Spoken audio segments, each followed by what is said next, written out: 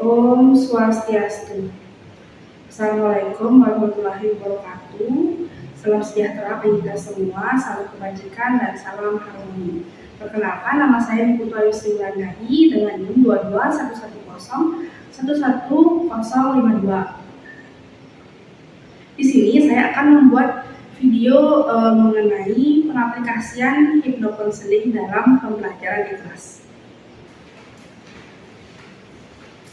Baik, kita akan segera memulai pembelajaran ya pada pagi ini. Sebelumnya kita berpasangan terlebih dahulu. Om Swastiastu. Assalamualaikum warahmatullahi wabarakatuh. Salam sejahtera dan salam kebajikan untuk kita semua, serta salam harmoni. Baik, Ibu akan memimpin doa ya. Doa dapat dilakukan dengan kepercayaan masing-masing. Berdoa selesai. Baik anak-anak, selamat pagi semuanya. Bagaimana kabarnya? Kita memulai pembelajaran setelah libur panjang ya. Jadi anak-anak sedikit terlihat lebih lesu sepertinya karena masih ada vibes liburannya gitu ya. Masih belum siap sepertinya untuk memulai pembelajaran. Nah, baik anak-anak, untuk mengoptimalkan pembelajaran hari ini, kita akan sedikit melakukan relaksasi ya. Baik, anak-anak bisa duduk di mejanya masing-masing ya. Duduknya bersender saja, tidak apa-apa. Oke, kalau sudah, letakkan tangannya di atas meja atau di atas paha boleh. Bagaimana senyaman anak-anak saja ya. Bagaimana nyamannya boleh saja. Oke, kalau sudah duduk di mejanya masing-masing, anak-anak dapat memejamkan matanya. Oke, kalau sudah, anak-anak dapat menarik nafas dari hidung lalu dikeluarkan melalui mulut anak. Tarik nafas, hembuskan, tarik nafas, hembuskan. Nah, seiring anak-anak menarik nafas, tangan anak boleh diletakkan di samping lengan masing-masing ya, diusap-usap seperti ini ketika anak-anak menarik nafas dan menjadikan nafas. Oke, tangannya diusap-usap di samping-samping lengan ya, dengan gerakan bilang seperti ini, diusap-usap. Jangan lupa untuk menarik nafas juga. Tarik nafas yang dalam dari mulut, lalu hembuskan, tarik nafas, lalu hembuskan. Nah, seiring anak-anak menarik nafas, anak-anak pun menjadi lebih rileks ya. Ketika anak-anak menarik nafas, bayangkan anak-anak berada di suatu tempat yang lapang, tempat yang hijau serta lapang. Di tempat ini terdapat satu pohon yang indah sekali sehingga penglihatan anak-anak langsung tertuju ke tempat itu. Ketika anak-anak berjalan ke sana, angin mulai berhembus dengan segar. Walaupun cuaca yang terik, tapi udara pada saat itu terasa sejuk sekali di tengah. Ketika sudah sampai di pohon rindang tersebut, anak-anak mulai duduk di sana, memejamkan mata, lalu merasakan sembilan angin dan bunyi gemericik daun pohon yang berangin. Semakin lama anak-anak berada di sana, anak-anak pun membuka mata anak-anak di sana dan melihat tanah yang sangat lapang dengan rumput yang hijau lintang. Di samping anak-anak pun anak-anak melihat buku yang tergeletak begitu saja di atasnya. Anak-anak pun mulai mengambil buku tersebut dan mengambilnya. Ketika anak-anak membaca buku tersebut, anak-anak merasa sangat bahagia, merasa sangat buku tersebut gampang untuk dipahami. Buku tersebut memiliki bacaan mengenai bahayanya penggunaan media sosial. Ketika anak-anak membuka satu buku tersebut, lalu membuka halaman selanjutnya, anak-anak merasa sangat tertarik sekali dengan materinya. Ditambah dengan sepoi-sepoi angin, anak-anak menjadi sangat menyukai situasi tersebut dan memutuskan untuk membaca buku tersebut dengan lebih dalam.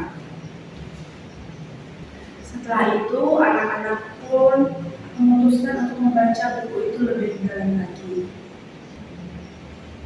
Lalu, setelah anak-anak membaca buku tersebut, anak-anak mulai menyadari bahwa belajar ternyata tidak membuat saya stres.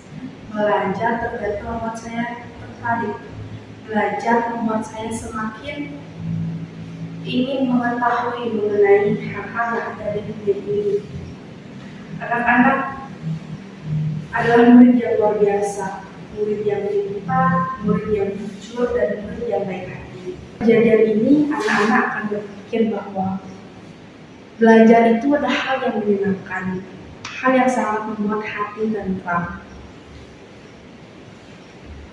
Sehingga ketika anak-anak ini mulai untuk belajar, anak-anak merasa sangat bersemangat, merasa sangat mendukung dalam melakukan pembelajaran.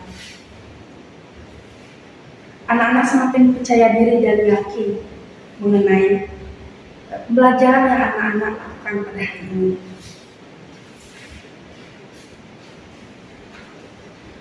Anak-anak merasa yakin dan percaya diri dan dapat melakukan pembelajaran pada hari ini.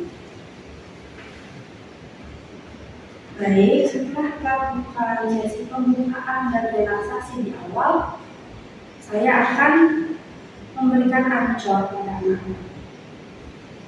Sekarang, ketika anak-anak melihat buku, melihat kertas yang memiliki tulisan yang positif, anak-anak akan merasa ingat lagi dengan situasi sekarang, situasi yang anak-anak ciptakan yang membuat anak-anak merasa sangat nyaman. Sehingga ketika anak melihat buku, anak akan merasa tenang dan sangat yakin akan dapat menjadi murid yang baik di kemudian hari. Baik, sekarang anak dapat menarik nafas anak-anak dengan tenang, lalu tangannya akan diletakkan di samping kalian. Bisa sekarang diletakkan di atas meja. Kalau sudah, saya akan hitung 1 sampai 3. Di hitungan ketiga, kalian dapat membuka mata kalian. 1, 2, 3. Baik, bagaimana rasanya? Apakah sudah rileks? Rileks ya, betul. Nah, kenapa ibu melakukan ini? Karena sepertinya anak-anak masih merasa terbayang-bayang ya dengan liburan kemarin. Karena kita memang libur panjang, long weekend, jadi mungkin anak-anak sebenarnya masih belum ingin belajar gitu ya. Nah, ibu harap setelah melakukan relaksasi ini, anak-anak menjadi kecemasannya menurun, lalu siap untuk memulai pelajarannya. Baik, kita semua sudah selesai ya melakukan proses hipnosis ini. Nah, semuanya dapat duduk ya di bangku masing-masing. Bagaimana perasaannya? Apakah sudah relax? Sudah ya. Nah, kenapa ibu melakukan hipnosis ini? Jadi, hipnosis ini bertujuan untuk memberikan ketenangan atau relaxation untuk kita ya. Sebenarnya hipnosis ini juga bisa dilakukan di rumah masing-masing, boleh dimanapun, asalkan kalian merasa nyaman.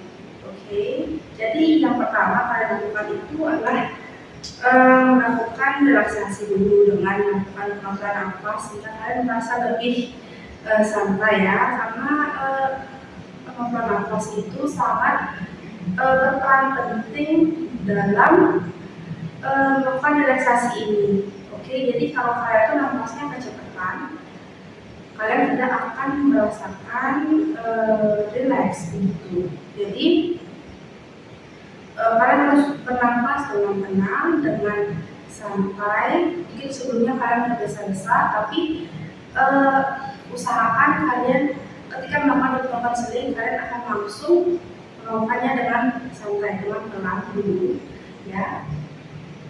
Setelah itu, anak-anak dapat melakukan visualisasi, ya. Misalnya nih kalau kalian mau melakukan konseling lagi di rumah, ya. Jadi yang pertama itu relaksasi awal, oke. Nah itu pengatur nafas. Lalu yang kedua adalah visualisasi. Visualisasi ini anak-anak dapat melakukannya dengan membayangkan tempat yang anak-anak sukai.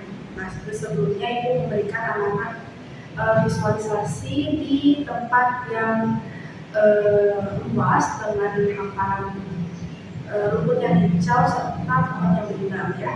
Karena itu menurut ibu hal tempat yang sangat rileks, ya karena ya. Nah setelah itu kalian dapat melakukan sugesti positif.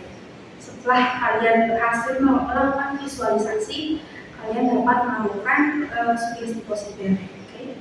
Jadi ketika melakukan sugesti positif ini, kalian dapat seperti mengolah emosi dulu sebenarnya. Jadi kalian misalnya mengalami permasalahan mengenai kepercayaan diri, masuk positifnya ada seperti kalian memuji diri kalian sendiri, tapi pastikan tidak ada kata-kata yang negatif, ya seperti tidak, yang itu tidak boleh. Jadi pastikan kalimat langsung seperti saya percaya diri, saya cantik atau saya tampan, saya baik, kata-kata yang membuat anak-anak percaya diri gitu ya. Nah ketika sudah melakukan sugesti positif, anak-anak boleh melakukan penutup atau ancol misalnya, ya. Jadi itu sedikit tambahan dari ibu untuk pagi hari ini sebelum mulai pembelajaran. Mohon disimak dengan baik ya, karena ilmu konseling ini bisa membantu anak-anak ketika sedang merasakan cemas yang berlebih. Baik, sekarang kita akan memulai pembelajaran kita. Materi untuk sekarang, materi untuk hari ini adalah remaja dan media sosial. Karena anak-anak sekarang berada di umur remaja, jadi menurut ibu ini adalah materi yang cukup penting untuk diketahui ya.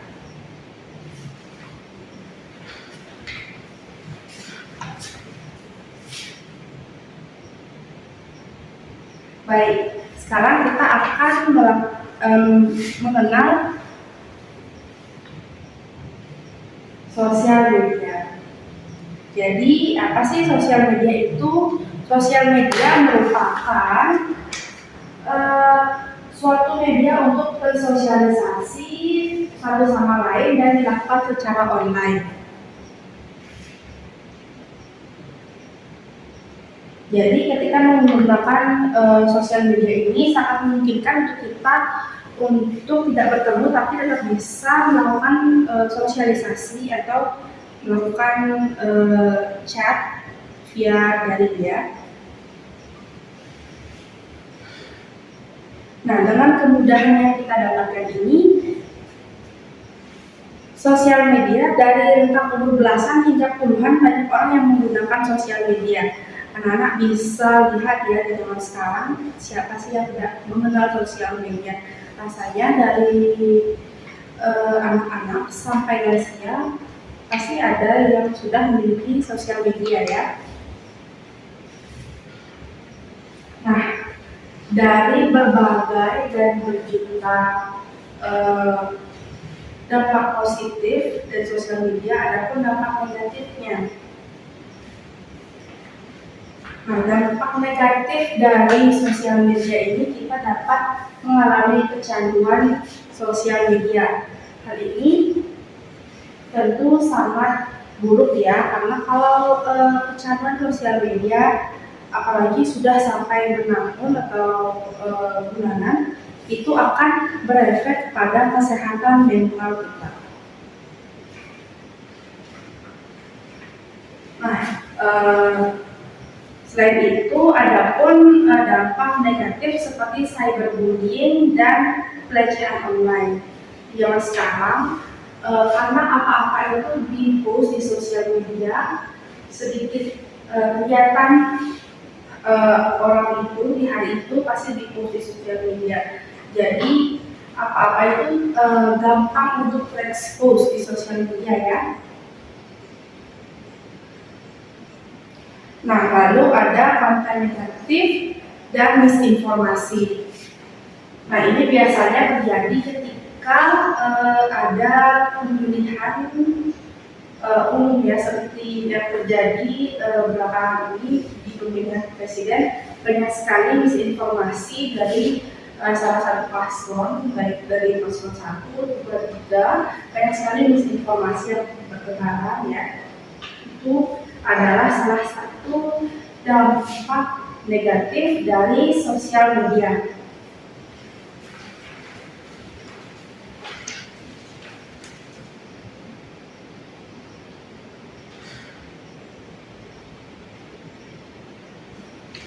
Lalu yang selanjutnya ada perbandingan sosial dan kecemasan. Baik, di sini anak-anak di sini semuanya pasti sudah memiliki sosial media ya. Nah, ketika anak-anak melakukan scrolling di sosial media dan melihat misalnya nih ada selebgram yang mengekspos misalnya sedang selfie, sedang foto dengan kalung blender, dengan mobil mewah begitu, dengan mobil sport mewah, pasti anak-anak akan melakukan perbandingan gitu, mulai membanding-bandingkan diri anak-anak dengan si selebgram ini. Tuh, kita sama kok dia begini ya begitu. Pasti ada saja kasus seperti ini. Child grooming ini sangat berbahaya untuk keberlangsungan anak-anak karena banyak sekali kasus akhir-akhir ini ya yang ada di berita mengenai child grooming. Ada seorang yang sudah berumur yang mendekati anak-anak kecil di bawah umur 17 tahun. Nah, anak-anak yang berumur di bawah 17 tahun ini walaupun sudah termasuk kategori remaja, tetapi mereka masih cukup labil dalam pengambilan keputusan, sehingga anak-anak ini sangat mudah untuk dimanipulasi, untuk di guilt tripping istilahnya ya, untuk supaya anak-anak ini merasa bersalah dan dia akan melakukan apapun yang disuruh oleh si pelaku ini begitu. Jadi pastikan kalau anak-anak memiliki keluarga yang masih di bawah umur ataupun anak-anak sendiri juga, pastikan anak-anak membatasi kontak dengan orang yang tidak dikenal ya.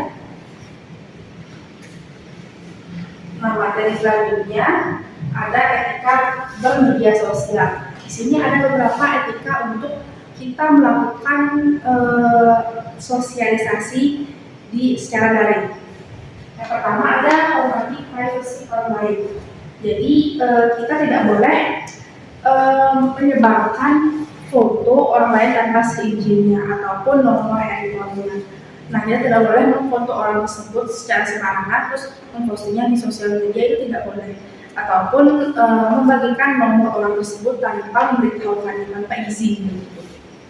Lalu yang kedua, pastikan anak-anak bersikap sopan dan santun ya. Ini secara daring dan secara sosial media di live pun anak-anak harus sopan dan santun ketika bersosialisasi.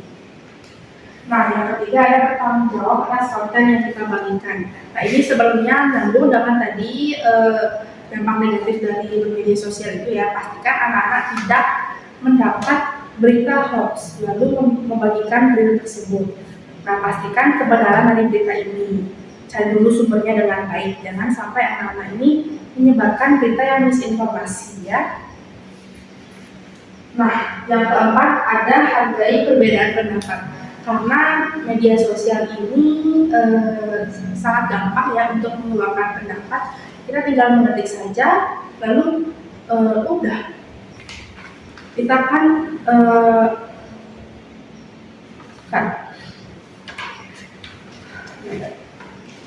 hargai perbedaan pendapat. Nah, karena di sosial media itu sangat gampang ya memberikan pendapat, karena gampang sekali sebenarnya, tinggal ketik aja udah jadi gitu. Jadi pastikan anak-anak berhati-hati dan memperhatikan kata-kata serta lisan yang anak-anak akan ketik begitu. Lalu kalau anak-anak melihat konten yang tidak pantas, ataupun anak memiliki adik ya yang belum pantas melihat konten-konten dewasa, perhatikan jangan sampai anak-anak atau adik-adik anak-anak yang masih di bawah umur mendapat akses konten yang dewasa. Nah, yang terakhir ada jaga keamanan data pribadi.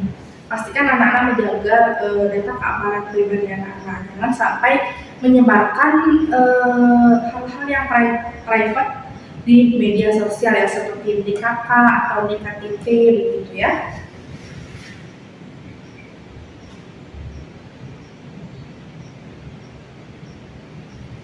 Nah, yang untuk materi selanjutnya adalah materi mengenai child grooming.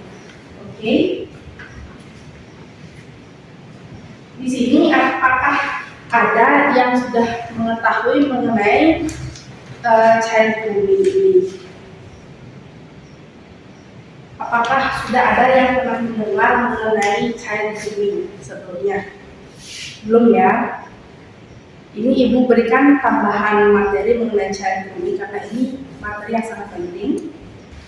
Oke, kita bisa membaca pengertian child grooming di sini ya.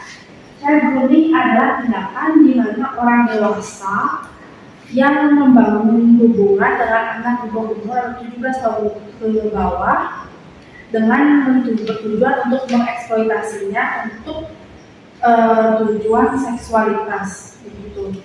Nah, ada pun beberapa contoh atau tanda-tanda yang dapat menjadi indikator child grooming. Yang pertama itu pemberian hadiah tanpa cuma-cuma begitu, tanpa alasan pemberian hadiahnya. Jadi dia ini si pelaku akan membuat anak-anak merasa spesial gitu, karena kan tidak ada alasan, tidak ada hal yang spesifik supaya si pelaku ini bisa memberikan anak-anak hadiah. Jadi kayak hadiahnya itu tanpa alasan gitu. Yang kedua ada permintaan rahasia. Misalnya dia itu memberikan kalimat seperti cukup kita saja yang tahu, jangan sampai ada yang tahu, terutama orang tuamu atau keluargamu, jangan sampai ada yang tahu. Permintaan rahasia seperti itu sebenarnya cukup berbahaya ya, apalagi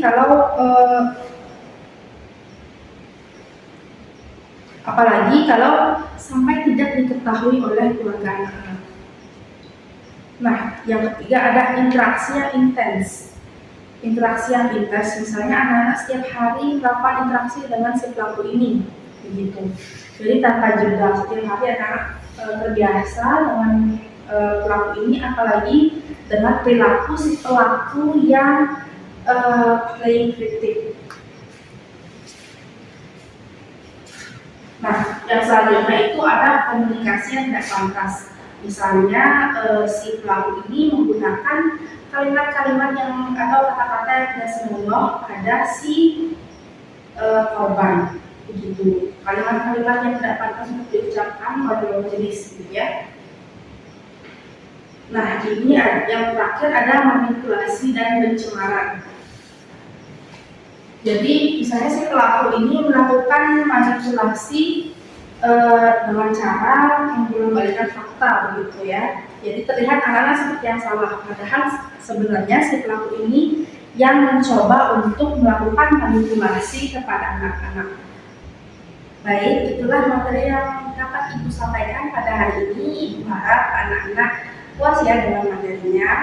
Lalu jika tidak ingin ada yang ingin disampaikan atau ditanyakan lagi, kita dapat menutup pembelajaran pada hari ini. Baik, sebelum itu kita akan melakukan doa dulu. Doa dimulai.